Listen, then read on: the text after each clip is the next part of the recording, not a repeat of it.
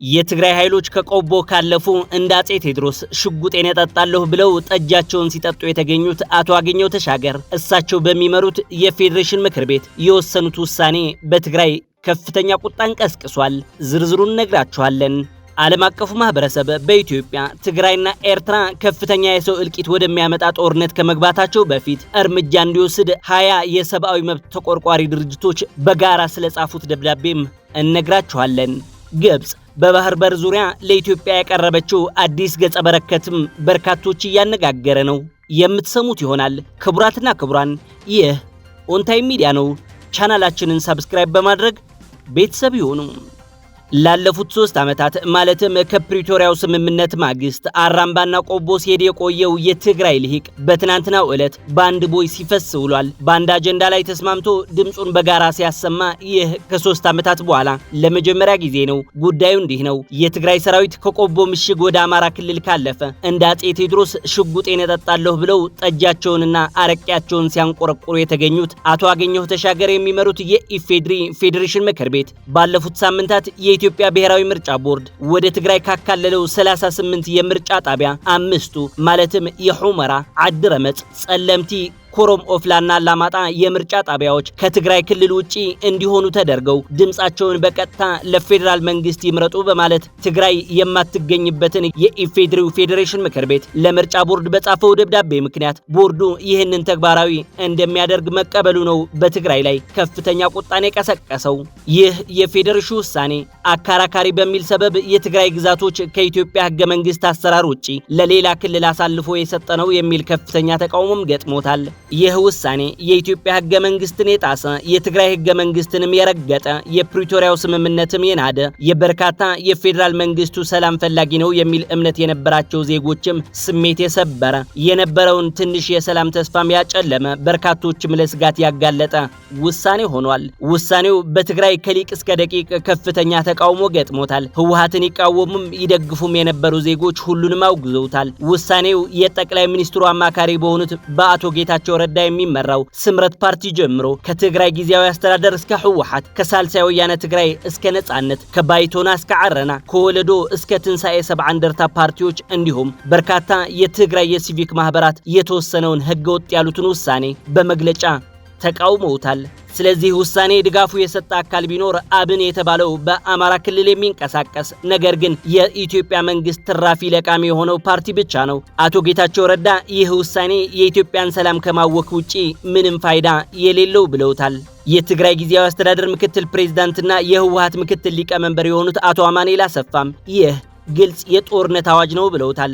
የፖለቲካና የሰላምና ጸጥታ ጉዳዮች ተንታኝ የሆኑት ፕሮፌሰር መሐሪ ታደለ ማሩም ውሳኔው ከህግ ያፈነገጠ የሰላም በሮችንም የሚጠረቅም ብለውታል። ይህ ውሳኔ የትግራይ ልሂቅ ወደ አንድ ያመጣ ያለው ልዩነት የፖለቲካ እንጂ በትግራይ ጥቅሞች ላይ አንዳች ልዩነት የሌለ መሆኑን ያሳየ ነው ቢባልም ሌላ የፖለቲካ ትኩሳትም ቀስቅሷል። ከውሳኔው በኋላ በርካቶች ጣታቸውን ወደ አቶ ጌታቸው ረዳና ጄኔራል ጻድቃን ገብረትንሳኤ በመጠቆም የፌዴራል መንግስቱ የትግራይ ሉዓላዊ ግዛቶችን በተመለከተ በፕሪቶሪያው ስምምነት ይመልሰናል ስትሉን ነበር እና አሁንስ ምን ሆነ እያሉ ጥያቄ እያነሱ ውለዋል። የነ አቶ አገኘሁ ተሻገር መጫወቻ አደረጋችሁን የሚል የወቀሳ ናዳም እየወረደባቸው ይገኛል። ከነዚህ ውስጥ የቀድሞ የነጻነት ፓርቲ መሪና መስራች የሆነው መሐሪ ዮሐንስ ከአሜሪካ ይገኝበታል። በእርግጥ በትግራይ ያሉ የህወሓት መሪዎችም ከዚህ ወቀሳ አልዳኑም። ይህ ውሳኔ ባለቤቱን ካልናቁ አጥሩን አይነቀንቁ ነው የሚሉ ወገኖች አሉ።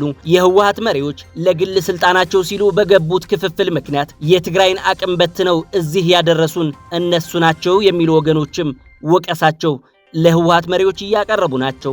ያም ሆነ ይህ ውሳኔው ከኢትዮጵያ መከላከያ ኃይልና ከኤርትራ ሰራዊት ጋር በመሆን ታዝለው ወደ ምዕራብና ደቡብ ትግራይ ለገቡት የአማራ ክልል ታጣቂዎች ቦታውን ለማጽናት የሚደረግ አደገኛ ሙከራ በመሆኑ የኢትዮጵያ መንግስት አፋጣኝ መፍትሄ ሊያበጅለት ይገባልም እየተባለ ነው።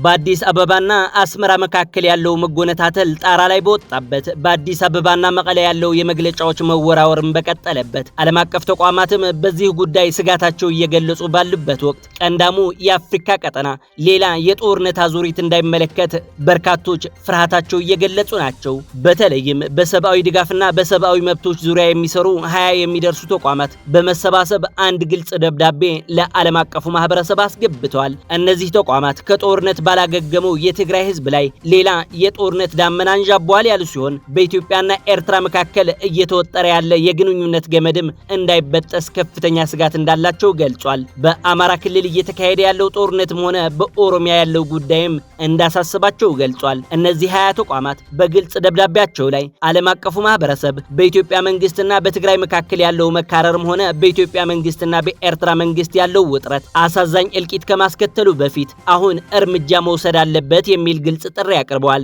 ተቋማቱ ዓለም አቀፉ ማህበረሰብ በኢትዮጵያ ላይ የዲፕሎማሲና የፖለቲካ ስራ እንዲሰራ፣ የፕሪቶሪያው ስምምነት ወደ ሙሉ ትግበራ እንዲገባም ጫና እንዲያሳርፍ፣ የሰብአዊ ድጋፍ ተደራሽ እንዲያደርግ ግፊት ማድረግ አለበት የሚል ጥሪም አቅርበዋል። በኢትዮጵያ ኢንሳይት ላይ የሰፈረው አንድ ሀተታ ደግሞ በትግራይ ያለው የጥሬ ገንዘብ እጥረትና የነዳጅ እጥረት ትግራይን በድጋሜ ወደ ዘመነ መዘጋትና ከበባ መልሷታል ይላል። ትግራይ ኢዝ አንደር ሲጅ ኤጌን ይላል። ይህ በኪሮስ ንጉስ የተጻፈው ሰፊ ሀተታ የትግራይ ህዝብ አሁንም በከፍተኛ የኢኮኖሚ ጫና ውስጥ ነው ያለው። ከፕሪቶሪያው ስምምነት በኋላ ይጀመራል የተባለው የዳግመ ግንባታ ስራ ባለመሰራቱና ከቅርብ ጊዜ ወዲህ ደግሞ ባለው ውጥረት ምክንያት በትግራይ ስደት እጅግ ተበራክቷል። ረሃብ የሕጻጽ ትልቁ ማሳያ ነው። ዜጎች ከባንክ ብር ከማዲያም ነዳጅ ያገኙ ባለመሆናቸው ይህ ደግሞ ወደ ከበባና መዘጋት መገባቱ የሚያሳይ ነው ብላለች ጸሐፊዋ።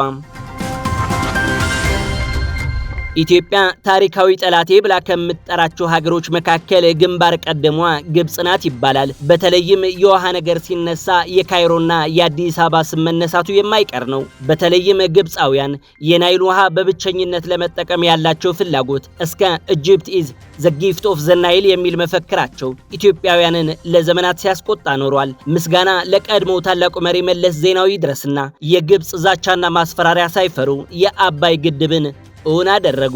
በዚህ ዙሪያ እስካሁን ከስምምነት ያልደረሱት አዲስ አበባና ካይሮ ከቅርብ ጊዜ ወዲህ ደግሞ በውክልና ጦርነት ሆድና ጀርባ ሆነው ተገናኝቷል። ግብጽ በሱዳን የአልቡርሃኑን መንግስት ታግዛለች፣ ኢትዮጵያ ደግሞ ሐምዳን ዳጋሎን ትደግፋለች ይባላል። ከኢትዮጵያ ጋር እንካ ሰላንቲያ ውስጥ ያለችው ኤርትራ ደግሞ ወደ ካይሮ መመላለስ አብዝታለች። ኢትዮጵያ ከሶማሊያ ጋር በሶማሊላንድ ጉዳይ አንድ ሁለት ስትባባልም ለሶማሊያ አለሁ ያለችው ግብጽ ናት። ይህ በሆነበት ሁኔታ ታዲያ ከሰሞኑ ለመገናኛ ብዙሃን ጆሮ የደረሰው ዜና እጅግ የተለየ ነው።